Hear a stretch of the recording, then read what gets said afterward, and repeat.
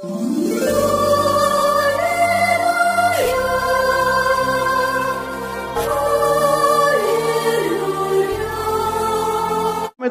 29వ అధ్యాయము 25వ వచనం.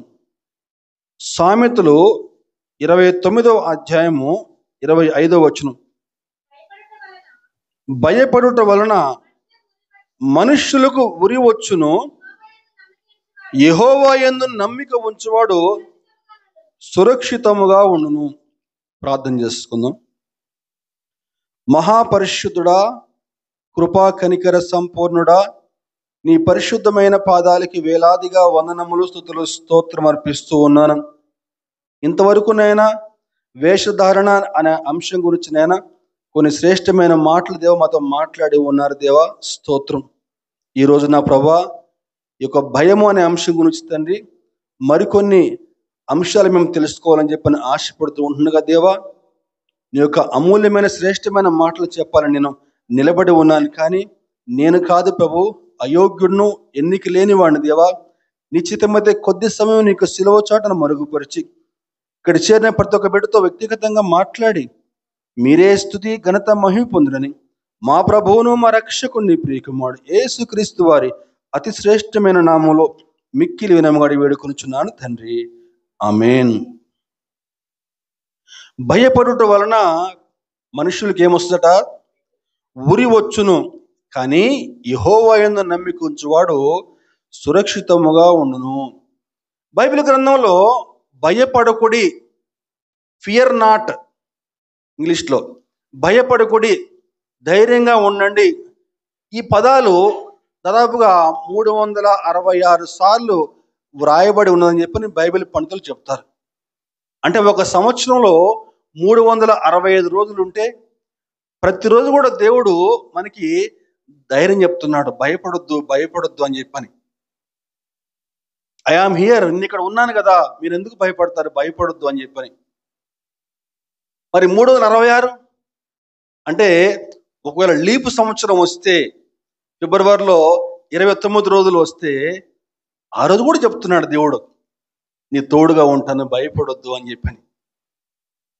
బైబిల్ గ్రంథంలో ఆది కాండం నుంచి ప్రకటన వరకు ఈ యొక్క భయపడొద్దు అనే మాట చాలా సార్లు వ్రాయబడింది. కానీ అందులో ప్రాముఖ్యంగా ఒక 2-3 వచనాలు మనం చూద్దాం ఈరోజు. యెషయా గ్రంథము 41:10 ఈ విధంగా వ్రాయబడింది. 41:10 యెషయా, నీవు నా దాసుడవనియు నేను ఉపేక్షింపక ఏర్పరచుకుంటున్నానియు నేను నీతో చెప్పి ఉన్నాను, నీకు తోడే ఉన్నాను, భయపడకుము, నేను నీ దేవుడనే ఉన్నాను, దిగులు పడకము, నేను నిన్ను బలపరుతును, నీకు సహాయించేవాడను నేనే, నీతిను నా దక్షిణ హస్తముతో నిన్ను ఆదుకుందును, నీకు తోడే ఉన్నాను. యాకోబు, ఇశ్రాయేలు, నేను నీకు తోడే ఉన్నాను, భయపడొద్దు అని దేవుడు ధైర్యం చెప్తున్నాడు అండి. అలాగే అదే గ్రంథంలో 43:1 కూడా అయితే యాకోబు, నిన్ను సృజించిన వాడు యెహోవా, ఇశ్రాయేలు, నేను నిర్మించిన వాడు ఇలాగూ సెలవిస్తున్నాడు, నేను నిన్ను విమోచించి ఉన్నాను, భయపడకుము, పేరు పెట్టి నిన్ను పిలిచి ఉన్నాను, నీవు నా సొత్తు. చాలా ఎంత చక్కని ఆదరణ మాట్లాడండి. పేరు పెట్టి నిన్ను పిలిచి ఉన్నానని చెప్తున్నాడు. ఇక్కడున్న ప్రతి ఒక్కరి పేరు ఆయనకి తెలుసట. పేరు పెట్టి నిన్ను పిలిచి ఉన్నాను, భయపడొద్దు, నీవు నా సొత్తు అని చెప్పిన దేవుడు ధైర్యం ఇస్తా ఉన్నాడండి. ఇటువంటి ఆదరణ మాటలు బైబిల్లో ఎన్నో ఉన్నాయండి. క్రొత్త నిబంధనలో ఆ సర్వోన్నతుడు తన కుమారుణ్ణి ఈ లోకంలోకి పంపించినప్పుడు అక్కడ ప్రభు పశువుల తొట్టులో అక్కడ జన్మించడం జరుగుతుంది. ఆ సమయంలో దూత అక్కడ ప్రత్యక్షమై ఆ యొక్క గొర్రెల కాపరులతో మాట్లాడుతున్న మాటలు మనం చూడగలిగితే లూకా సువార్త 2వ అధ్యాయము 10వ వచనంలో, లూకా 2:10 ఆ దూత మాట్లాడుతున్న మాటలు, అయితే ఆ దూత భయపడకుడి, ఇదిగో ప్రజలందరికీ కలగబోవు మహా సంతోషకరమైన సువర్తమానము నేను మీకు తెలియచేస్తున్నాను. దావీదు పట్టణమందు నేడు రక్షకుడు మీ కొరకు పుట్టి ఉన్నాడు. చెప్దాం ఒకసారి ఆ మాట అందరం. దావీదు పట్టణమందు నేడు రక్షకుడు మీ కొరకు పుట్టి ఉన్నాడు. హల్లెలూయా, దేవునికి స్తోత్రం. భయపడొద్దు అని చెప్తున్నాడు దూత కూడా. ఇలా భయపడొద్దు భయపడొద్దు అని చెప్పని బైబిల్లో అనేకమైనటువంటి వచనాలు ఉంటే, ఈనాడు మానవుడికి రకరకాల భయాలు కదా, ఎన్నో రకాల భయాలు. ఏమ్మా, కొంతమందికి అప్పుల భయం, ఎడాపెడ అప్పులు చేస్తారు, తీరా తీర్చాల్సి వచ్చేసరికి ఎక్కడ లేని భయం అంతా వచ్చేస్తుంది.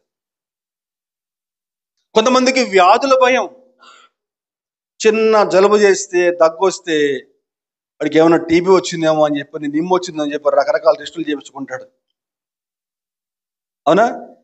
కొంతమందికి ఒక చిన్న గడ్డ వస్తే చాలు, ఆ గడ్డ ఏం కదా, ఆ గడ్డ మామూలు గడ్డే అని చెప్పినా సరే లేదు వాడు అది ఏమైనా క్యాన్సర్ గడ్డ ఏమన్నా అయి ఉంటుందేమా అని చెప్పని దానికి కొన్ని టెస్టులు. ఇలా కొంతమందికి వ్యాధి భయం, కొంతమందికి మరణ భయం అండి. మరణ భయం, రాత్రిపూట పడుకుంటే ఏదో వచ్చి గొంతు పిసికేస్తూ ఉంటుందట, నిద్రపోవాలంటే భయం కొంతమందికి. ఇలా కొంతమందికి రకరకాల భయాలండి. ఇంకా చెప్పాలని చెప్పాలంటే కొంతమందికి భయపడే వాటికి భయపడకుండా అనవసరమైన వాటికి భయపడుతూ ఉంటారు. అంటే పిల్లి ఎదురొస్తే భయపడి వెనక్కి వెళ్ళిపోతారు. అవునా? చూస్తుంటాం మనం. బల్లి మీద పడితే దానికి భయపడతారు. ఇంకా అన్యాయం ఏంటని చెప్పంటే బయలుదేరే ముందు గట్టిగా తుమ్మితే ప్రయాణం ఆపేసుకుంటారు. అటువంటి వారు అనేక మంది ఉన్నారండి. భయం, చాలా భయాలన్నమాట. అసలు ఈ భయం అనేది అసలుకి ఈ లోకానికి ఎట్లా వచ్చింది? వాళ్ళకి ఎలా వచ్చింది భయం అసలుకి? మనం చూడగలిగితే ఆది కాండంలో మనకి దానికి జవాబు తెలుస్తుందండి. మొట్టమొదటిగా అసలు ఈ భయం అనేది ఈ లోకంలోకి ఎలా వచ్చింది? ఆది కాండము 3వ అధ్యాయం 10వ వచనం చూడగలిగితే, ఆది కాండం 3:10, అందుకతడు నేను తోటలో నీ స్వరము వినినప్పుడు దిగంబరిగా ఉంటిని కనుక భయపడి దాగుకుంటునెను. ఆదాముని హవ్వని దేవుడు సృజించి తోటలో అన్ని రకాల పండ్లు, అన్ని రకాల చెట్ల పండ్లు తినడే మీ ఇష్టం అని చెప్పి ఆ ఒక్క చెట్టు పండు మాత్రం మీరు తినొద్దు అని చెప్పానంటే ఆ ఒక్క చెట్టు పండే తింటారు. తను దిగంబరిగా ఉండడం తెలుసుకున్నటువంటి ఆదాము పోయి చెట్ల చాటం దాక్కుంటాడు. తన అలవాటు చొప్పున ప్రతిరోజు కూడా ఆ సర్వోన్నతుడు అక్కడికి వచ్చి వారితో ఆదామా ఎక్కడున్నావయ్యా అని అంటే ఆదాం ఏమంటున్నాడండి? నేను దిగంబరిగా ఉన్నాను కనుక భయపడి దాక్కున్నాను అంటాడండి. దాని అర్థం ఏంటి చెప్పండి? పాపము ఒక మనిషికి భయాన్ని పుట్టిస్తుందండి. గమనించండి. అందుకే చూడండి, ఏ తప్పు చేయనివాడు ధైర్యంగా ఉంటాడు, ప్రశాంతంగా ఉంటాడు. కానీ తప్పు చేసిన వాడు, పాపం చేసిన వాడు ధైర్యంగా ఉండలేడండి, ప్రశాంతంగా ఉండలేడు. ఏదో గలిబిలి, కొంచెం అశాంతిగా ఉంటాడండి. ఈరోజు మనకు ఆత్మీయ జీవితాలు ఏ విధంగా ఉన్నాయి? నెమ్మదిగా ప్రశాంతంగా మన జీవితాలు సాగుతున్నాయా, లేకపోతే ఏదన్నా గలిబిలి, ఏదన్నా అలజడి మన జీవితాల్లో ఉందా? గమనించాలండి. ఈ భయం ఎంత ప్రమాదం అని చెప్పానంటే, భయము మానవుని కృంగదీస్తుందండి. భయం మనసులో ఉంటే వాడు ప్రశాంతంగా నిద్రపోలేడు. ఆ భయం మనసులో ఉంటే సరిగా వాడికి ఆకలేదు, రకరకాల గుండె జబ్బులు వస్తాయి. ఈ మధ్యకాలంలో ఒక సర్వే ఏంటని చెప్పంటే, భయం వల్ల జుట్టు కూడా నల్ల జుట్టు కాస్త తెల్ల జుట్టు అయిపోతుందంట. కొంతమంది చెప్తారు మాకు అసలు భయమే లేదు, అసలుకి మాకు భయానికి, నేనంటేనే భయానికి భయం అని చెప్పని. యూదులని ఓచకోత కోసాడు ఒక క్రూరమైన నియంత. అసలు భయం అంటే వాడికి అసలు ఏమీ తెలియదని చెప్పని అనుకుంటారు. అటువంటి క్రూరమైన నియంత, ఏం పేరు? Adolf Hitler. అటువంటి క్రూరమైన నియంత కూడా చిట్ట చివరికి భయంతో ఒక బంకర్లో దాక్కున్నాడు పోయి. చంపేస్తారేమో అని చెప్పని ఒక బంకర్లో దాక్కుని తన ప్రియురాలు, తనకిష్టమైన కుక్క చెట్టు చివరికి తనకు ఇక చనిపోతానని చెప్పి తెలుసుకున్నటువంటి హిట్లరు ఆ యొక్క హ్యాండ్ పిస్టల్ తోటి తన యొక్క గర్ల్ ఫ్రెండ్ చంపేసి కుక్కను కూడా చంపేసేసి వాడు కూడా ఆత్మహత్య చేసుకుంటాడండి. అంటే ఒక క్రూరమైన నియంత కూడా భయానికి దొరికిపోయాడు. అదండి భయం అని చెప్పానంటే.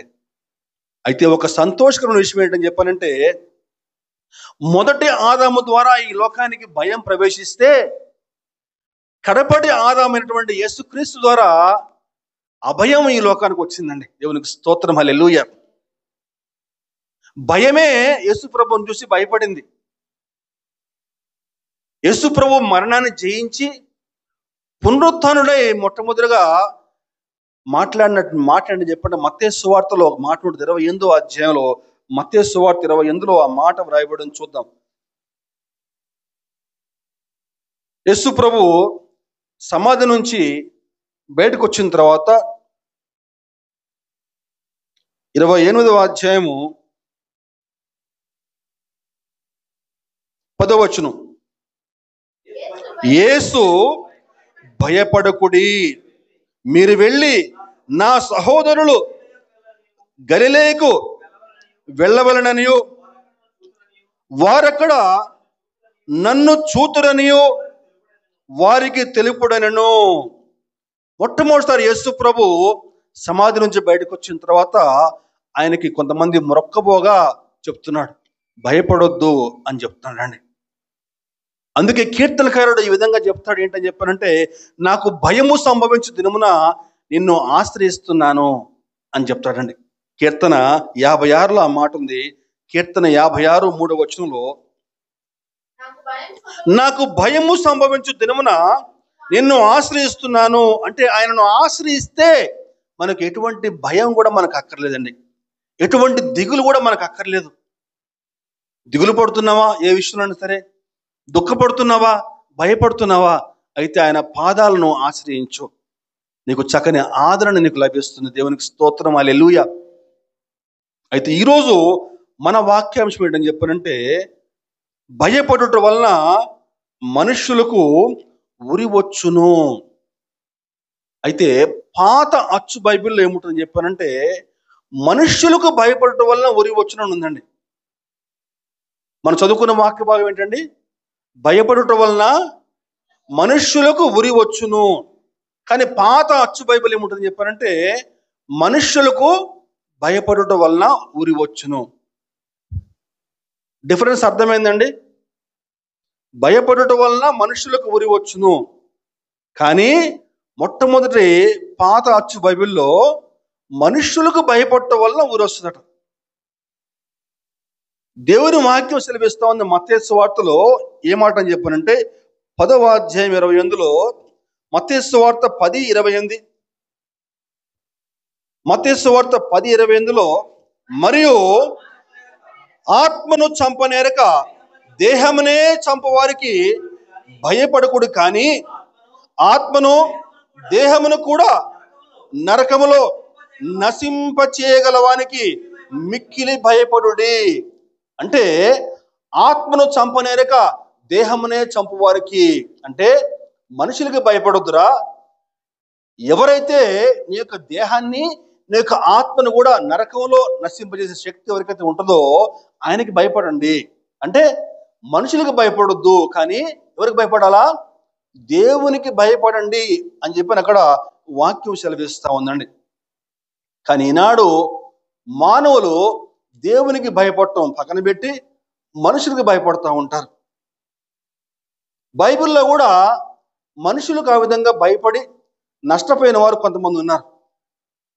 ఈరోజు వారి నుంచి, పాత నిబంధన నుంచి ఒక వ్యక్తిని, కొత్త నిబంధన నుంచి ఒక వ్యక్తిని మీ ముందు నుంచి ప్రయత్నం చేస్తాను. ఈరోజు మన వాక్యాంశం ఏంటని చెప్పారంటే, మనుషుల భయమా, దేవుని భయం? ఏ భయం కావాలి మనకి ఈరోజు? మనుషులంటే భయపడాలా, లేకపోతే దేవుడు అంటే భయపడాలా? మొట్టమొదటి అంశము 1 సమూయేలు 15వ అధ్యాయం 24 నుంచి చూస్తాం. 1 సమూయేలు 15వ అధ్యాయము 24వ వచనం. సౌలు జనులకు జడిసి వారి మాట వినందున నేను యెహోవా ఆజ్ఞను నీ మాటలను మీరి పాపము తెచ్చుకుంటుని. చాలండి. జనులకు ఏమంటున్నాడండి? జనులకు జడిసి. జడిసి అంటే భయపడి. సౌలు అంటున్నాడు, జనులకు భయపడి వారి మాట విన్నందున నేను యెహోవా ఆజ్ఞను నీ మాటలను మీరి పాపము తెచ్చుకుంటుని. గమనించండి, ఒక నాయకుడు, ఒక రాజు ప్రజల అభిప్రాయాలకు విలువ ఇవ్వాలి, కానీ ప్రజల అభిప్రాయాలు వినుకుంటూ మంచి చెడు విచక్షణ చూడకుండా నిర్ణయాలు తీసుకునేవాడు ఎప్పటికి కూడా ఒక మంచి నాయకుడు కాలేడు. ఇక్కడ వాక్య సందర్భం ఏంటని చెప్పానంటే, దేవుడైన యెహోవా ఒకనాడు సౌలు చెప్తాడు, నాయనా సౌలు, అమాలేకీయులను పూర్తిగా హతము చేయి. అమాలేకీయుల్లో పిల్ల పెద్ద ఎవరు కూడా బతకడానికి వీల్లేదు. పశువుల్ని అన్నిటిని కూడా, మొత్తం అన్నిటిని కూడా చంపేసేయనైనా అని చెప్పని దేవుడు సమూయేలు ద్వారా ఒక మాట పంపిస్తాడు. జాగ్రత్తగా వినాలి. ఎందుకని ఆ విధంగా చెప్పాడు? సందర్భం ఏంటి? ఎందుకని ఆ విధంగా చెప్పడం జరిగింది? చరిత్రలోకి వెళ్తే ఐగుప్తు నుంచి ఇశ్రాయేలీయులు బయటకు వస్తున్న సమయంలో ఇశ్రాయేలీయులు ఏమి అనకుండానే అమాలేకీయులు వారిపైకి యుద్ధానికి వస్తారు. ఆనాడు మోషే ఒక కొండపైకి ఎక్కి తనకు 2 చేతులు పైకి లేపి దేవునికి ప్రార్థన చేస్తూ ఉంటే కింద యెహోషువ వారితో యుద్ధం చేస్తాడు. మధ్యలో మోషే చేతులు బాగా నెప్పెట్టి చేతులు కింద దిగిపోతే అహరోను, హూరు ఇద్దరు కూడా పక్కకెళ్ళి ఒకరు ఈ చెయ్యి ఒకరు ఆ చెయ్యి ఇద్దరు కూడా పైకి లేపి పట్టుకుంటే సాయంకాలం వరకు కూడా అలాగే పట్టుకున్నారు. ఆనాడు దేవుడు ఇశ్రాయేలీయులకి గొప్ప విజయం దయచేస్తాడు. ఆనాడు యెహోవా చెప్తాడు, నాయనా మోషే, అమాలేకీయులకు ఇశ్రాయేలీయులకి తరతరముల వరకు యుద్ధం. అమాలేకీయులు మీరు ఈ భూమి మీద ఉండకుండా మీరు నశింప చేయాలి అని చెప్పని యెహోవా స్పష్టంగా వారికి ఆజ్ఞ ఇస్తాడండి. ఇందులో గొప్ప ఆత్మీయ అర్థం దాగి ఉందండి. జాగ్రత్తగా విందాం. అమాలేకు అని చెప్పానంటే శరీరానికి గుర్తండి. శరీరానికి గుర్తు. అమాలేకీయులకు ఇశ్రాయేలీయులకి తరతరముల వరకు యుద్ధం అనెను అని చెప్పారంటే, గమనించండి, నువ్వు ఈ లోకంలో సాతాన్ని జయించవచ్చు, లోకాన్ని జయించవచ్చు, కానీ నీ శరీరాన్ని నువ్వు చివరి వరకు నువ్వు జయిస్తూనే ఉండాలి. గమనించాలి. శరీరం అని చెప్పంటే శరీర క్రియలు. నువ్వు ముసలోడయ్యే వరకు కూడా ఆ శరీర క్రియలు నిన్ను వేధిస్తూనే ఉంటాయి.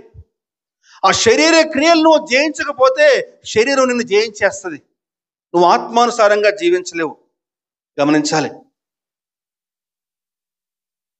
నువ్వు ఆ శరీర క్రియలను జయిస్తేనే నువ్వు ఆత్మానుసారంగా జీవించగలవు. నువ్వు పరలోకంలో క్షేమంగా చేర్చబడగలవు. అందుకనే ప్రభు చెప్తాడు, అమాలేకీయులను పూర్తిగా హతం చేయి నాయనా. అమాలేకు శరీర సంబంధి. ఏశావు యొక్క కుమారుడు ఎలీఫజు ఒక స్త్రీని ఉంచుకుంటే దానికి పుట్టిన కుమారుడే ఈ అమాలేకు. అంటే వాడు ఒక శరీర సంబంధం అన్నమాట. వాడి వంశీయులే ఈ అమాలేకీయులు. అంటే అమాలేకు అని చెప్పంటే శరీర సంబంధం అన్నమాట. కాబట్టి శరీర క్రియలను పూర్తిగా హతము చేయమని చెప్పి దేవుని వాక్యం స్పష్టంగా సెలవిస్తూ ఉంది. ప్రభు చెప్తాడు సౌలుతో, నాయనా అమాలేకీయులు పూర్తిగా హతం చేయి, పిల్ల పెద్ద ఎవరు బతకడానికి వీల్లేదు అని చెప్పారంటే సౌలు వెళ్ళి దేవుడు చెప్పిన ఆజ్ఞను పక్కన పెట్టి అమాలేకు రాజు అగగును చంపకుండా పక్కనే పెట్టుకుంటాడు. అలాగే పశువులను కూడా పూర్తిగా చంపమని చెప్పంటే పశువులను పూర్తిగా చంపకుండా బలహీన వాటిని, జబ్బు వాటిని చంపేసేసి చక్కగా మంచి వాటిని, కొవ్విన వాటిని, ఆరోగ్యకరమైన వాటిని పక్కన పెడతాడు. ఎందుకంటే ఆహారానికి పనికొస్తాయని చెప్పని. దేవునికి చాలా కోపం వస్తుంది. సమూయేలును పంపిస్తాడు. సమూయేలు వచ్చి, ఏమి సౌలా, ఏంటి పనిది? దేవుడు చెప్పింది ఏంటి? నువ్వు చేసే పని ఏంటి? ఎందుకు ఇలా చేసావు? మొత్తం అందరినీ చంపేయమని చెప్పాడు కదా, ఎందుకు ఇలా చేస్తున్నావు అని చెప్పినప్పుడు సౌలు ఇలా మాట్లాడుతున్నాడు. ఏం మాట్లాడుతున్నాడు అని చెప్పానంటే, మొదటి సమూయేలు 15వ అధ్యాయము 15వ వచనం చూడగలిగితే, అందుకు సౌలు అమాలేకీయుల యొద్ద నుండి జనులు వీటిని తీసుకుని వచ్చి నీ దేవుడైన యెహోవాకు బలులు అర్పించుటకు జనులు గొర్రెలలోను ఎడ్లలోను మంచి వాటిని ఉండనిచ్చిరి, మిగిలిన వాటిని నిర్మూలము చేసి మనగా. ఈ మాట మనం జాగ్రత్తగా ఆలకిద్దామండి. ఏమంటున్నాడండి? నీ దేవుడైన యెహోవాకు బలులు అర్పించుటకు జనులు గొర్రెలలోను ఎడ్లలోను మంచి వాటిని ఉండనిచ్చిరి. ఆనాడు ఏదైనా తోటలో ఆదాము ఏ తప్పైతే చేశాడో అదే తప్పు ఇక్కడ సౌలు చేస్తా ఉన్నాడు. ఏం ఆదామా, ఎందుకు తిన్నావు పండు అని చెప్పినట్టు ఏమంటున్నాడు? ఏదో నా పాటి నేను బతుకుతా ఉండి, ఇగో నువ్వు ఇచ్చావే, ఇదిగో ఏముంది, ఈమె ఇచ్చింది నాకు పండు. అసలు ఆమె ఈగపోతా నేను పండు తినేవాడిని కాదు, ఏదో బలవంతి పెట్టింది కాబట్టి తిన్నాను నేను అని చెప్పి ఏమంటాడు? ఆమె మీద దోషిస్తాడు మొత్తం. పొరపాటు అయిపోయింది ప్రభా, ఏదో తెలియక తప్పు చేశాను అని చెప్పంటే అది ఎలా ఉండేదో. కానీ ఏమంటున్నాడమ్మా? అవ్విచ్చింది నాకు, అందుకని తిన్నాను అంటున్నాడు. ఇక్కడ సౌలు కూడా అదే మాట ఏమన్నాడండి? జనులు పట్టుకొచ్చారు దేనికట? బలులు నీ దేవుడైన యెహోవా, అంటే ఈయన దేవుడు కాదన్నమాట, నీ దేవుడైన యెహోవాకి బలులు అర్పించుటకు పట్టుకొచ్చారు అంటాడండి. అప్పుడు సమూయేలు ఒక మాట మాట్లాడతారు, అయ్యా మాట బలులు అర్పించడం కంటే మాట వినుట శ్రేష్టం కదా, ఎంత తప్పు చేశావు సౌలా అన్నప్పుడు ఇగో సౌలు ఈ మాటలు మాట్లాడుతున్నాడు. ఏమంటే చెప్పంటే, నేను జనులకు భయపడి వారి మాట వినందున నేను యెహోవా ఆజ్ఞను నీ మాటల మీరి పాపము తెచ్చుకుంటుని. అయ్యా నేను జనులకు భయపడ్డాను, ప్రజలకు భయపడి నేను ఈ పాపం చేశాను నాయనా అని చెప్పని అక్కడ సౌలు ఒప్పుకున్నాడండి. ఎవరికి భయపడాలి? దేవునికి భయపడాలి. మరి ఎవరికి భయపడుతున్నాడు? జనులకు భయపడుతున్నాడండి. గమనించండి, ఈ అంశాన్ని మనం మనసులో పెట్టుకుని ఈనాడు క్రైస్తవులుగా జీవిస్తున్న మనము, విశ్వాసులుగా జీవిస్తున్న మనము అనేక విషయాల్లో చుట్టుపక్కల వారికి భయపడుతూ ఉంటాం. చాలామంది బైబిల్ పట్టుకుని మందిరానికి వస్తే చుట్టుపక్కల వారు ఏమైనా అనుకుంటారేమో అని చెప్పని బైబిల్ తీసుకుని మందిరానికి రావాలంటే భయపడతారు. మేము క్రైస్తవులం అని చెప్పుకుంటే చుట్టుపక్కల వారు అనుకుంటారేమో అని చెప్పని దాన్ని దాయాలని ప్రయత్నం చేస్తూ ఉంటారు. పాస్టర్ గారు మీ ఇంటికి వచ్చి ప్రార్థన చేస్తా అని చెప్పానంటే వద్దొద్దు రావద్దా, ఏం కాదులే. ఎందుకట? పాస్టర్ గారు వచ్చి గట్టిగా ప్రార్థన చేస్తే, పాటలు పాడితే పక్కన వాళ్ళు ఏమన్నా అనుకుంటారేమో, రావద్దని చెప్పేస్తారు. భయపడతారు. ఎవరికి భయపడతారు? చుట్టుపక్కల మనుషులకు భయపడతారు. మేము రక్షణ పొందుకున్నాము, బాప్టిజం తీసుకున్నామని చెప్పని బంధువులకు చెప్తే బంధువులు పెళ్ళిళ్ళకి పిలవరేమో, ఫంక్షన్లకి పిలవరేమో, మమ్మల్ని వెలేస్తారేమో అని చెప్పని చెప్పుకోరు చాలామంది. అటువంటి వారు ఉన్నారు. గమనించాలి, ఈరోజు మన ఆత్మీయ జీవితాలు ఎలా ఉన్నాయి? ఇదిగో నువ్వు ఎవరికైతే భయపడుతూ ఉన్నావో, ఎవరికైతే భయపడి నువ్వు క్రైస్తవుడు అని చెప్పడానికి భయపడుతున్నావో వారెవరు కూడా నువ్వు కష్టంలో ఉన్నప్పుడు, నువ్వు దుఃఖంలో ఉన్నప్పుడు, నువ్వు దిక్కుమాల స్థితిలో ఉన్నప్పుడు వారెవరు కూడా నీ దగ్గరికి రారండి. కానీ నీ ప్రతి కష్టంలో కూడా ప్రభువు నీ తోడుగా ఉంటాడు. నీ ప్రతి దుఃఖంలో, నీ ప్రతి బాధలో కూడా ఆయన సన్నిధి నీ తోడుగా ఉంటుందండి. నేను ఆదరిస్తుంది, ధైర్యపరుస్తుంది, నిన్ను ఓదార్స్తుంది. దేవునికి స్తోత్రం, హల్లెలూయా. కీర్తనకారులు ఒక చక్కని మాట అంటాడు. ఏంటని చెప్పానంటే 139 7వ అధ్యాయం 10వ వచనంలో, 139 7వ అధ్యాయం 10వ వచనం, 139 7 నుంచి 10 వచనాలు. నీ ఆత్మ యొద్ద నుండి నేను ఎక్కడికి పోదును, నీ సన్నిధి నుండి నేనెక్కడికి పారిపోదును, నేను ఆకాశమును తెక్కినను నీవు అక్కడను ఉన్నావు, నేను పాతాళ ముందు పండుకునేను నీవు అక్కడను ఉన్నావు, నేను వేకువ రెక్కలు కట్టుకుని సముద్ర దిగంతముల్లో నివసించును, అక్కడను నీ చేయి నన్ను నడిపించును, నీ కుడి చేయి నన్ను పట్టుకొనును. ఎంత చక్కని మాట అండి. నేను ఆకాశానికి ఎక్కినా సరే, సముద్ర అంతర్భాగాలకు వెళ్ళినా సరే, ఎక్కడికి వెళ్ళినా కూడా నీ సన్నిధి నా తోడుగా ఉంటది, నన్ను ఆదరిస్తుంది నీ సన్నిధి అని చెప్పి కీర్తనకారుడు చక్కని మాట మాట్లాడుతున్నాడండి. నువ్వు చుట్టుపక్కల మనుషులకు భయపడి జీవిస్తున్నావా? చుట్టుపక్కల మనుషులకు భయపడి కొంతమంది కాళ్ళకి నల్లదారం కట్టుకుంటారు. చూస్తున్నాం చాలా మంది క్రైస్తవుల్లో ఇలా. ఎవరికి భయపడుతున్నావు నువ్వు? దేవునికి భయపడుతున్నావా, లేకపోతే నీ పక్కనున్న మనుషులకు భయపడుతున్నావా? నల్లదారం కట్టుకుంటే నా అర్థం ఏంటండి? ఎవరికి భయపడుతున్నట్టు? ఒక్కసారి మనల్ని మనం వ్యక్తిగతంగా పరిశీలన చేసుకుందాం. ఎవరికి భయపడుతున్నావు? నువ్వు ఎవరికైతే భయపడుతున్నావో నువ్వు చనిపోయిన తర్వాత వారిని నువ్వు పరలోకం తీసుకెళ్ళలేరు. కానీ ధైర్యంగా చెప్తున్నాను, నువ్వు దేవుడిని నమ్ముకుంటే, నువ్వు ఇక్కడి లోకంలో జీవించినంత కాలం కూడా ఆయన నమ్ముకుంటే, ఆయనను ఆశ్రయిస్తే, నువ్వు ఇక్కడ కన్నుమూస్తే అక్కడ పరలోకంలో కన్ను తెరుస్తామండి. దేవునికి స్తోత్రం, హల్లెలూయా. కాబట్టి మనం ఎవరికి భయపడుతున్నాం? దేవునికి భయపడుతూ జీవిస్తున్నామా, లేకపోతే మనుషులకు భయపడుతూ జీవిస్తున్నామా? దయవంచి పరిశీలన చేసుకుందాం. ఇది పాత నిబంధన నుంచి. ఆనాడు సౌలు మనుషులకు భయపడ్డాడు, దేవునికి భయపడకుండా. ఫలితం ఏమైందని చెప్పంటే, దేవుని యొక్క అభిషేకం కోల్పోయాడు, సింహాసనం కోల్పోయాడు. చిట్ట చివరికి ఏమైంది అని చెప్పానంటే, యుద్ధంలో సౌలు కుమారులు ముగ్గురు కూడా, అందరూ కూడా ఒకే రోజు మరణిస్తారండి. సౌలు అయితే ఆత్మహత్య చేసుకుని చనిపోతాడు. అంత భయంకరంగా సౌలు పరిస్థితి అయిపోద్ది. ఎందుకని ఇదంతా? మనుషులకు భయపడినందున దేవునికి భయపడకుండా. అలాగే కొత్త నిబంధన నుంచి గలతీ పత్రిక 2వ అధ్యాయము 11-12 వచనాలు.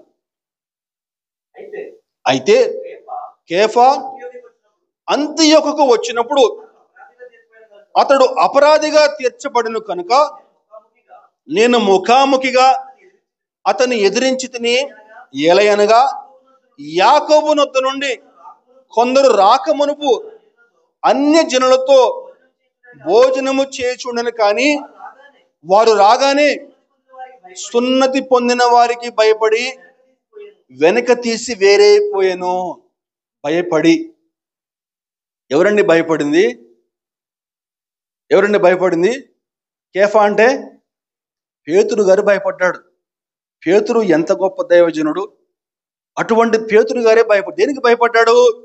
ఏమండి? యాకోబు నొద్ద నుంచి కొందరు రాక మునుపు అతడు అన్య జనులతో భోజనము చేయుచుండెను, కానీ వారు రాగానే సున్నతి పొందిన వారికి భయపడి. సందర్భం మనం పరిశీలన చేద్దామండి. చరిత్రలోకి వెళ్ళాలి, మనం వాక్యాన్ని కొంచెం అర్థం చేసుకుందాం. చరిత్రలోకి వెళితే ఆనాటి రోజుల్లో యూదులు తమను తాము ఎంతో ఉన్నతంగా భావించుకునేవారు. సున్నతి అనే సంస్కారం ద్వారా వారు ప్రత్యేకించబడ్డవారని చెప్పని వారిని వారు ఎంతో ఉన్నతంగా భావించుకునేవారు. ధర్మశాస్త్రము తమకే ఇవ్వబడిందని చెప్పని వారు చాలా గర్వంగా ఫీల్ అయ్యేవారు ఆనాటి కాలంలో యూదులు. భోజన విషయంలో కూడా చాలా నిష్ఠ కలిగి ఉండేవాళ్ళు. అన్ని భోజనాలు తినేవాళ్ళు కాదు. ధర్మశాస్త్రంలో కొన్ని నిషేధించబడిన భోజనాలు ఉన్నాయి, దాన్ని ముట్టుకునే వాళ్ళు కాదు. అన్యులతో మాట్లాడేవాళ్ళు కాదు సరిగా. వారి ఇళ్ళకి భోజనాన్ని పిలిస్తే వెళ్ళేవారు కాదు. వారిని వీళ్ళింటికి భోజనాన్ని పిలిచేవాళ్ళు కాదు. అంత నిష్ఠ కలిగి జీవించేవాళ్ళు.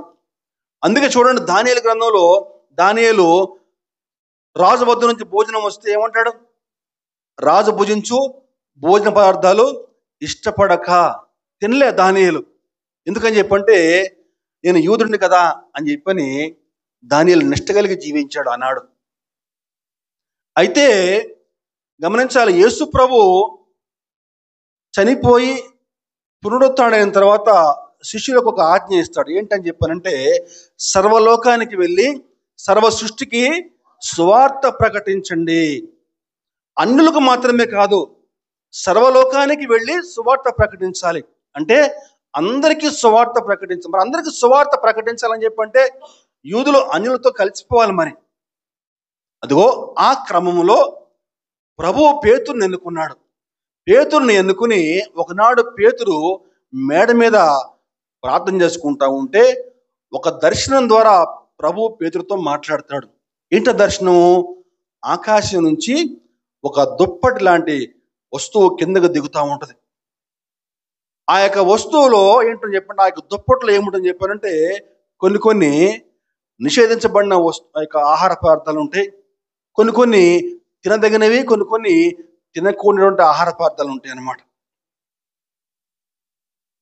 వాటిని చూసినప్పుడు ఒక శబ్దం ఆకాశం నుంచి వినిపిస్తుంది. చెప్పారంటే పేతురు, నువ్వు లేచి వాటిని చంపుకుని తిను అని చెప్పాను. చూద్దాం ఒకసారి అపోస్తుల కార్యం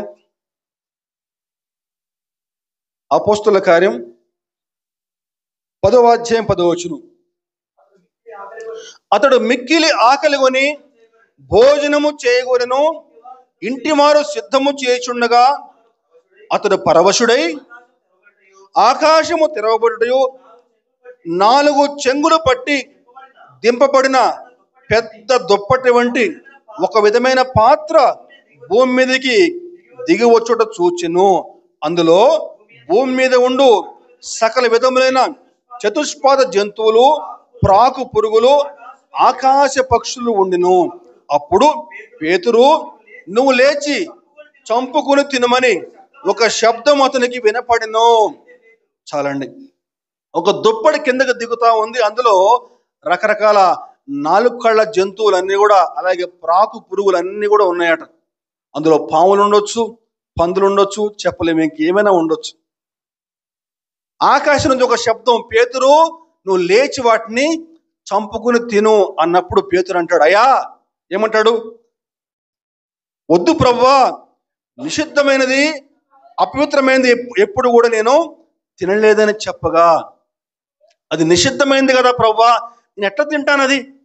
నేను యూదుడిని కదా, నేను తినకూడదు కదా అని చెప్పని పేతురు సమాధానం చెప్తే అప్పుడు ఏముంటుంది చెప్పారంటే, అప్పుడు 15వ వచనంలో, దేవుడు పవిత్రము చేసిన వాటిని నీవు నిషిద్ధమైన వాటిగా ఎంచవద్దని మరలా 2వ మారు శబ్దము అతనికి వినపడెను. ఇలాగూ 3 మారు జరిగెను. వెంటనే ఆ పాత్ర ఆకాశమునకు ఎత్తబడెను. ఇది ఒక గొప్ప దర్శనం అండి. ఆ యొక్క దర్శనం చొప్పున పేతురు కొర్నేలి ఇంటికి దేవుని యొక్క సువార్త ప్రకటించి, కొర్నేలి ఒక అన్యుడు, అన్యులకి సువార్త ప్రకటించాలని చెప్పని ఇది ఒక దేవుని చిత్తమని చెప్పని పేతురు అన్నాడు, గ్రహిస్తాడు. అన్నాడు కొర్నేలి కుటుంబ సభ్యులు అందరూ కూడా రక్షించబడతారు. మొట్టమొదటిగా అన్యులకి సువార్త అక్కడే ప్రకటించబడుతుంది. ఈనాడు మనందరి చేతుల్లో ఈ విధంగా ఈ బైబిల్ ఉందని చెప్పాడు. దానికి కారణము ఆనాడు పేతురు ఆ కొర్నేలి ఇంటికి వెళ్ళి సువార్త ప్రకటించడమే. ఆనాడు మొట్టమొదటిసారి యూదులు కాకుండా మిగిలినటువంటి అన్యులు రక్షణ పొందుకున్నారు. కొర్నేలి ఇంట్లో ఆ రోజు. సో ఆనాటి నుంచి పేతురు అన్యులతో సహవాసం చేయవచ్చు అని చెప్పని, వారితో భోజనం చేయడం పాపం కాదని చెప్పని పేతురికి అర్థమయ్యి అప్పటి నుంచి అన్యులతో సహవాసం చేయటము, వారితో చక్కగా భోజనం కూడా చేస్తూ ఉండేవాడు. అయితే ఇక్కడ వాక్య భాగం మనం చూసినట్లయితే ఏముంది చెప్పానంటే, ఏలయనగా యాకోబు నొద్ద నుండి కొందరు రాక మునుపు అతడు అన్యజనులతో భోజనము చేయుచుండెను. కానీ వారు రాగానే సున్నతి పొందిన వారికి భయపడి వెనుక తీసి వేరైపోయాను. అంటే దాని అర్థం ఏంటని చెప్పానంటే, అంతవరకు అన్యులతో కలిసి భోజనం చేస్తా ఉన్నాడు, కానీ సున్నతి పొందిన కొంతమంది అక్కడికి వచ్చేసరికి వారికి భయపడి వెనక్కి వెళ్ళిపోతాడండి. ఇప్పుడు చెప్పిందే నాన్సీ ఇప్పుడు వేషధారణ అని చెప్పాను. ఇదిగో ఇదే వేషధారణ అని చెప్పానంటే, అంటే అప్పటిదాకా అందరితో కలిసి భోజనం చేస్తా ఉన్నాడు, కానీ అక్కడి నుంచి కొంతమంది యూదులు రాగానే వారికి భయపడిపోయి వెనక్కి వెళ్ళిపోతాడు. పౌలుకి చాలా కోపం వస్తుంది. పౌలుకి చాలా కోపం వచ్చి పేతురుతోటి గట్టిగా మాట్లాడతాడు. ఏమయ్యా పేతురు, ఏంటి పనిది? ఎందుకు ఇలా చేశావు? తప్పు కదా ఇలా చేయడం, ఈ విధంగా చేయడం వల్ల సువార్తకి ఆటంకం కదా అని చెప్పని పౌలు పేతురుని గద్దిస్తాడు. చూద్దాం ఆ మాటలో మన గలతీ పత్రికలో ఆ మాట వ్రాయబడింది. గలతీ పత్రిక 2వ అధ్యాయం 14వ వచనం. వారు సువార్త సత్యము చొప్పున క్రమముగా నడుచుకుని పోవుట నేను చూచినప్పుడు అందరి ఎదుట కేఫాతో నేను చెప్పినది ఏమనగా, నీవు యూదుడవై ఉండి యూదుల వలె కాక అన్యజనుల వలె ప్రవర్తించుండగా అన్యజనులు యూదుల వలె ప్రవర్తించవలని ఎందుకు బలవంతం చేస్తున్నావు? మనము జన్మం వల్ల యూదులమే కానీ అన్యజనుల్లో చేరిన పాపులము కాము అని చెప్తున్నాడు. ఎందుకయ్యా ఇలా చేస్తావు పేతురు? ఇప్పటిదాకా బాగానే ఉన్నావు కదా, నువ్వు వాస్తవానికి యూదుడివే కదా, అన్యులతో భోజనం చేస్తా ఉన్నావు, కానీ ఇప్పుడు వాళ్ళు రాగానే ఎందుకు మళ్ళీ వెనక్కి వెళ్ళిపోయావు? ఆ విధంగా చేయడం వాళ్ళ సువార్తకి ఆటంకం కదా అని చెప్పిన పౌలు పేతురుని గద్దిస్తాడండి. వాస్తవానికి చెప్పాలని చెప్పంటే పేతురు పౌలు కంటే చాలా పెద్దవాడు. మొట్టమొదటి అపొస్తలుడు పేతురే. కానీ చేసిన తప్పు వల్ల అందరి ముందు మాట పడాల్సిన పరిస్థితి అండి. మనుషులకు భయపడటం వల్ల అందరి ముందు అవమానించబడ్డాడు పేతురు అన్నాడు. వేషధారణ జీవితం జీవించడం వాక్యాలు అక్కడ రాయబడి ఉందండి. ఈరోజు చాలా మంది ఎట్లా ఉంటారని చెప్పానంటే, ఆదివారం పూట భక్తుల్లాగా వేషం వేసుకుని వస్తారు. ఆదివారం పూట మందిరం అయిపోయినాక బయటికి వెళ్ళగానే మళ్ళా లోకస్తులతో కలిసి లోక వేషం వేసుకుంటారు. ఆదివారం పూట భక్తి వేషం, మళ్ళా బయటికి వెళ్తే లోక వేషం ధరిస్తూ ఉంటారండి. నువ్వు ఎవరికి కూడా నువ్వు సమాధానం చెప్పుకోవాల్సిన పని లేదండి. దేవునికి నువ్వు ఖచ్చితంగా లెక్క చెప్పుకోవాల్సి ఉంటుంది. ఈరోజు మన యొక్క ఆత్మీయ జీవితాలు ఏ విధంగా ఉన్నాయి? మత్తయి సువార్తలో ప్రభు ఒక మాట అంటాడండి. మత్తయి సువార్తలో చూద్దాం ఒకసారి. 10వ అధ్యాయము 32, 33లో. మత్తయి సువార్త 10, 32, 33. మనుషుల ఎదుట నన్ను ఒప్పుకొని వాడెవడో పరలోకమందున్న నా తండ్రి ఎదుట నేనును వారిని ఒప్పుకొందును. మనుషుల ఎదుట ఎవడు నన్ను ఎరగననునో వానిని పరలోకమందున్న నా తండ్రి ఎదుట నేనును ఎరగనందును. నువ్వు మనుషులకు భయపడుతున్నావా? మనుషులకు భయపడి క్రైస్తవుడిని చెప్పుకోవడానికి భయపడుతున్నావా? అయితే పరలోకంలో నేను కూడా నువ్వెవరో నేను ఎరగను అంటాను అని ప్రభు స్పష్టంగా చెప్తున్నాడండి. దేవునికి భయపడకుండా మనుషులకు భయపడటం వల్ల ఏమైందండి? సౌలు ఆనాడు అభిషేకం కోల్పోయాడు, సింహాసనం కోల్పోయాడు. సౌలు కుమారులందరూ కూడా యుద్ధంలో ఒకే రోజు మరణిస్తారు. అలాగే పేతురు పౌలు చేత అందరి ముందు గద్దించబడతాడు. ఆనాడు పేతురికి గొప్ప అవమానం కలుగుతుంది. నువ్వు దేవునికి భయపడకుండా మనుషులకు భయపడటం వల్ల నీకు అవమానం కలుగుతుంది. అదే దేవునికి భయపడి జీవిస్తే నీకు గొప్ప ఘనత, కీర్తి లభిస్తుంది. దేవునికి భయపడి జీవిస్తే ఎటువంటి ఆశీర్వాదాలు వస్తాయి? ఒక ఉదాహరణ చూద్దాం. సంఖ్యాకాండము 13వ అధ్యాయము 31, 32 చూస్తే, సంఖ్యాకాండం 13వ అధ్యాయం 31, 32. అయితే అతనితో కూడా పోయిన ఆ మనుషులు, ఆ జనులు మనకంటే బలవంతులు, మనము వారి మీదకి పోజాలమనిరి. మరియు వారు తాము సంచరించి చూసిన దేశమును గూర్చి ఇశ్రాయేలుతో చెడ్డ సమాచారము చెప్పి, మేము సంచరించి చూసిన దేశము తన నివాసులను భక్షించు దేశము, దానిలో మాకు కనపడిన జనులందరూ ఉన్నత దేహులు. జాగ్రత్తగా వినాలండి, చరిత్ర చెప్తా ఉన్నాను. చదువుకున్న వాక్య భాగాన్ని మనం గమనించినట్లయితే, ఆనాడు ఇశ్రాయేలు ఐగుప్తును వదిలి కనాను ప్రయాణం చేస్తూ ఉంటే ప్రభు మోషేతో ఒక మాట చెప్తాడు. ఏంటని చెప్పానంటే, నాయనా మోషే, ఇక్కడ 12 గోత్రాల ప్రజలు ఉన్నారు కదా, అవునా? 12 గోత్రాల ప్రజలు. యాకోబు యొక్క కుమారులు ఎంతమంది? 12 మంది కుమారులు. ఆ 12 మంది కుమారులు వాళ్ళే కొన్ని లక్షల మంది అవుతారు. అబ్రహాముకి ఇచ్చిన వాగ్దానం నెరవేరింది. అట్లా అలా కొన్ని లక్షల మంది ప్రయాణం చేస్తూ ఉంటారు. చెప్తాడు ప్రభు మోషతోటి, నాయనా ఇక్కడ 12 గోత్రాల వాళ్ళు ఉన్నారు కదా, నువ్వేం చేస్తావు అని చెప్పంటే గోత్రానికి ఒక్కళ్ళని చొప్పున ఏర్పరచుకుని 12 మందిని ఏర్పరచుకుని వారందరినీ కూడా కనానుకి పంపించు. అక్కడ పంపించి అక్కడ ఆ దేశాన్ని వేగు చూడడానికి పంపించు. ఎందుకని చెప్పంటే మీరు ఆ దేశానికి వెళ్ళినప్పుడు ఆ దేశం ఎట్లాంటి దేశము, అందులో మనుషులు ఎట్లా ఉంటారు, ఆ ప్రాంతం ఎట్లా ఉంటుంది, మీరు యుద్ధానికి వెళ్ళినప్పుడు మంచి చెడు అన్ని కూడా మీరు గమనించుకోవాలి. అందుకని కొంతమందిని అక్కడికి మీరు గూఢాచార్యకి పంపించండి. గూఢాచార్యం వేగు అని చెప్పండి, గూఢాచార్యం పంపించమని చెప్తాడు.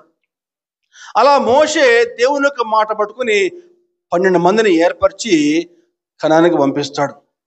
ఆ 12 మంది కూడా 40 దినాల పాటు అక్కడ కనాన్లో సంచరించి ఆ ప్రాంతం అంతటిని చూచి వస్తారు. వచ్చిన తర్వాత మోషేతో చెప్తారు ఈ మాటలో, అమ్మో నాయనా ఆ దేశాన్ని మనం జయించలేము, ఆ దేశము చాలా భయంకరము, అక్కడ మనుషులు అందరూ కూడా ఉన్నతమైన దేహం కలిగిన వారు, రాక్షసుల్లాగా ఉన్నారు, ఒక్కొక్కళ్ళు అనాకీలు ఉన్నారు అక్కడ, మన వారిని జయించలేము, వారి ముందు మనము మిడతల్లాగా ఉన్నాము, మనం పోలే వాళ్ళని జయించలేము, వెనకెళ్ళిపోదాం మనం అని చెప్పని 10 మంది చెప్తారండి. 10 గోత్రాలు చెప్తారండి 10 మంది.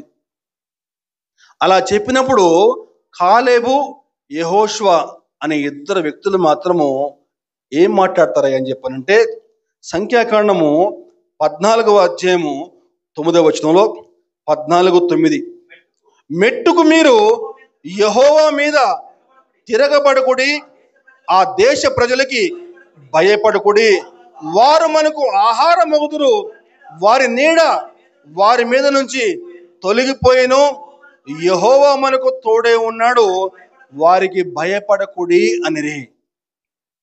జాగ్రత్తగా మాట చూద్దాం, ఏమంటున్నాడండి, యెహోవా మీద తిరగబడుకుడి, ఆ దేశ ప్రజలకి భయపడొద్దు. అంటే మనుషులకు భయపడొద్దు, దేవునికి భయపడదాం మనం.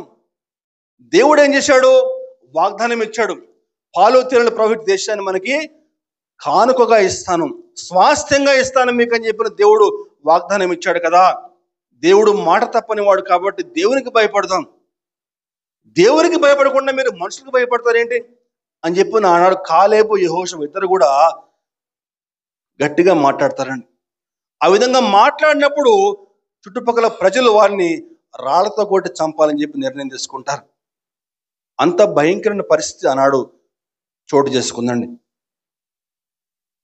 అయితే తర్వాత జరిగినటువంటి పరిస్థితి చూస్తే ఎవరెవరైతే దేవునికి వ్యతిరేకంగా మాట్లాడారో, ఎవరైతే దేవునికి పట్ల తిరస్కారంగా మాట్లాడారో ఆ యొక్క గోత్రపు ప్రజలందరూ కూడా అక్కడే చనిపోతారు. కానీ కాలేబు యెహోషువ 2 మాత్రమే ఆ యొక్క వాగ్దాన దేశంలోకి ప్రవేశిస్తారండి. దేవునికి స్తోత్రం, హల్లెలూయా. ఒక్కసారి ఊహించుకోండి, 10 మంది గోత్రాల ప్రజలు దేవుడు ఆరో చెప్తాడు ఏంటని చెప్పంటే, మీరు 40 దినాల పాటు మీరు అక్కడ ఆ దేశాన్ని వేగు చూశారు కదా, మీరు ఈ విధంగా నా మీద వ్యతిరేకంగా మాట్లాడారు కాబట్టి 40 దినాల పాటు, అంటే ఒక్క దినానికి 1 సంవత్సరం చొప్పున 40 ఏళ్ల పాటు మీరు ఈ అరణ్యంలోనే ఉంటారు, ఇక్కడే చచ్చిపోతారు, కానీ మీరు ఎవ్వరు కూడా ఆ దేశంలోకి అడుగు పెట్టరు. ఆ రోజు ప్రభు గట్టిగా స్పష్టంగా మాట్లాడతాడండి. ఆ యొక్క మిగిలిన గోత్ర ప్రజలు అందరూ కూడా అక్కడ చచ్చిపోతారు, కానీ ఈ కాలేబు యెహోషువ మాత్రము ఆ యొక్క వాగ్దాన దేశంలోకి ప్రవేశపెట్టబడతాడండి.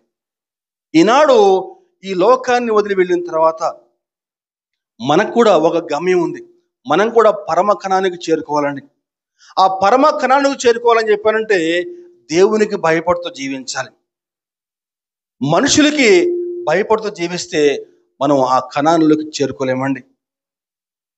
ఈరోజు మన యొక్క వ్యక్తిగత జీవితాలు, మన యొక్క ఆత్మీయ జీవితాలు ఈరోజు ఏ విధంగా ఉన్నాయి మనం ఒకసారి మనం పరిశీలన చేసుకుందామండి. మన జీవితాల్లో దేవుని భయం ఏమన్నా ఉందా? మనం దేవునికి భయపడి జీవిస్తున్నామా, మనుషులకి భయపడి జీవిస్తున్నామా? ఒకసారి పరిశీలన చేసుకుందామండి. దైవ భయము ఒక వ్యక్తిని పాపంలో పడకుండా చేస్తుందండి. ఒక భక్తుడు ఇలా అంటాడు, ఎక్కడైతే దేవుని భయం ఉంటుందో, ఎక్కడైతే దైవ భీతి ఉంటుందో అక్కడ పాప భీతి కూడా ఉంటుందండి. దేవుని పట్ల ఎవరైతే భయపడుతూ ఉంటారో దేవుడు ఆ వ్యక్తిని పాపములో పడకుండా పక్కకు నడిపిస్తాడు, సరైన మార్గంలోకి నడిపిస్తాడు. అందుకే మనకి యోసేపు గారిని మనం జ్ఞాపకం చేసుకుందాం. ఆనాడు ఐగుప్తులో పోతిఫర్ భార్య యోసేపుతో పాపం చేద్దామని చెప్పంటే ఏమంటాడు యోసేపు? అమ్మో, దేవుడు చూస్తే ఇంకేమన్నా ఉందా, ఇంత పాపం నేను ఎట్లా చేయగలనమ్మా అని చెప్పని అక్కడి నుంచి పారిపోతాడండి. దైవ భయము ఒక వ్యక్తిని పాపంలో పడకుండా క్షేమంగా సరైన మార్గంలోకి నడిపిస్తుంది. దైవ భయము ఒక వ్యక్తిని సత్యమైన మార్గంలోకి నడిపిస్తుంది. సత్యమేవ జయతే. అసత్యం కొంతకాలం పాటు విజయం పొందడం అనిపిస్తుంది, కానీ చివరికి సత్యమే గెలవాలండి. కానీ ఈనాడు మన క్రైస్తవుల యొక్క జీవితాల పరిశీలన చేస్తే ఏదన్నా లోటు ఉందయా అని చెప్పి మనం పరిశీలన చేస్తే దైవ భయం చాలా మందిలో లేదండి. లేదు చాలా మందిలో. మనకంటే అన్యులు చాలా బెటర్. వారి వారి పండగలకి వారి దేవుడిని వారు ఎంత గౌరవిస్తారో. పొద్దున్నే 5 గంటల పాటు లేవాలని చెప్పంటే 5 గంటలు లెగిస్తారు. చన్నీల స్నానం అని చెప్పంటే చన్నీల స్నానం చేస్తారు. వాస్తవం అది. కానీ క్రైస్తవులుగా జీవిస్తున్న మనము ఆదివారం పూట ఆరాధనకి సమయానికి రాము. ఆదివారం పూట 10:30కి ఆరాధన చెప్పానంటే గంట గడి మందిరానికి రాము. What a shame. సిగ్గుపడాలండి మనం. దేవుని భయం ఉందా అసలు మనలో? దేవుని యొక్క వాక్యం చెప్తా ఉంటే వెనక్కి కూర్చుని సెల్ ఫోన్లో కొంతమంది గేమ్స్ ఆడుతూ ఉంటారు. దేవుని వాక్యం చెప్తా ఉంటే సెల్ ఫోన్లో కొంతమంది మీషో యాప్ చూస్తూ ఉన్నారట. ఎంత భయం, ఎంత భయానకం అండి ఇదంతా కూడా. దేవుని వాక్యం చెప్తా ఉంటే కొంత నిద్రపోతూ ఉంటారు కొంతమంది. దేవుని భయం ఉన్నట్లా ఇది? దేవుని పట్ల భయభక్తులతో జీవిస్తున్నామా? దేవుని మందిరానికి సమయానికి రాలేమా మనం? మన యొక్క వ్యక్తిగత జీవితాలు ఎలా ఉన్నాయి? సేవకులు కూడా దీనికి భిన్నంగా ఏమి లేరండి. ఈ సేవకుడి మీద ఆ సేవకుడు, ఆయన మీద ఈ సేవకుడు ఏమంటే రకరకాల మాటలు మాట్లాడి మళ్ళీ యూట్యూబ్లో అప్లోడ్ చేయటం. దేవుని భయం అంటే ఇదా? ఇవన్నీ పరిశీలన చేస్తే ఇటు మన క్రైస్తవ సమాజంలో దేవుని భయం ఎంత తగ్గిపోయిందో మనకి అర్థమవుతా ఉంది. చాలా మంది అనుకుంటారు దేవుని భయం అని చెప్పంటే ఏదో మందిరంలో కూర్చుని 2 గంటల పాటు కూర్చుని ఏదో దేవుని ఆరాధన చేసి ఏదో 2 పాటలు పాడి 10 రూపాయలు కానుకిస్తే అదే దేవుని భయం అనుకుంటారు. కానీ దేవుడు నిజంగా ఆలయంలో ఉంటాడా? ఏమంటే వాక్యంలో హస్తకృతమైన ఆలయంలో నేను నివసిస్తానా అని చెప్పి అంటాడు. మీ చేతులతో కట్టబడిన మందిరంలో నేను ఉంటానా? నేను కొత్త నిబంధన ప్రకారం చూస్తే మన దేహమే దేవుని ఆలయం అని చెప్పానండి. అర్థం ఏంటి తెలుసండి? మన దేహంలో దేవుడు నివసిస్తున్నాడని చెప్పని, దేవుడు మనల్ని చూస్తూ ఉన్నాడని చెప్పని, మనం ఏ మాట మాట్లాడినా సరే, ఏం చేస్తున్నా సరే దేవుడు మనల్ని పరిశీలిస్తా ఉన్నాడని చెప్పని గ్రహించి అనుక్షణం కూడా దేవుని పట్ల భయభక్తులతో జీవించడమే అదేనండి దేవుని పట్ల భయం అని చెప్పానంటే. దేవునికి స్తోత్రం, హల్లెలూయా. దేవుని పట్ల ఆ విధంగా భయభక్తులతో ఆనాడు పాత నిబంధనలో ఎంతో మంది భక్తులు ఆ విధంగా జీవించారండి. చరిత్రలో చిరస్థాయి నిలిచిపోయారు. ఈనాడు క్రైస్తవులుగా జీవిస్తున్న మనము ఎలా జీవించాలి? హెబ్రీ పత్రికలో ఒక చక్కని మాట ఉంది. హెబ్రీ పత్రికలో 12వ అధ్యాయము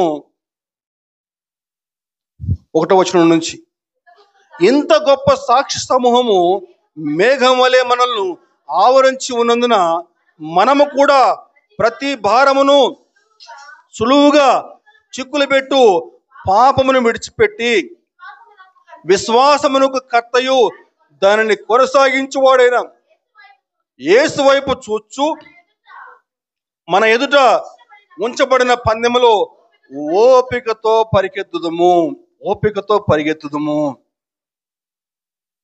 ఇంత గొప్ప సాక్షి సమూహము, ఎంతో మంది భక్తులు ఆ విధంగా దేవుని పట్ల భయభక్తులు కలిగి జీవించారు. ఇదిగో ఇంత గొప్ప సాక్షి సమూహం మన ముందు ఉంది కాబట్టి మనం ఈ విధంగా జీవించాలి. సులువుగా చిక్కులు పెట్టి ప్రతి పాపమును పక్కన పెట్టి విశ్వాసమును కర్త అయినటువంటి యేసుక్రీస్తు వైపు చూస్తూ ముందుకు సాగుదామండి. దేవుని పట్ల భక్తి కలిగి జీవిద్దాం.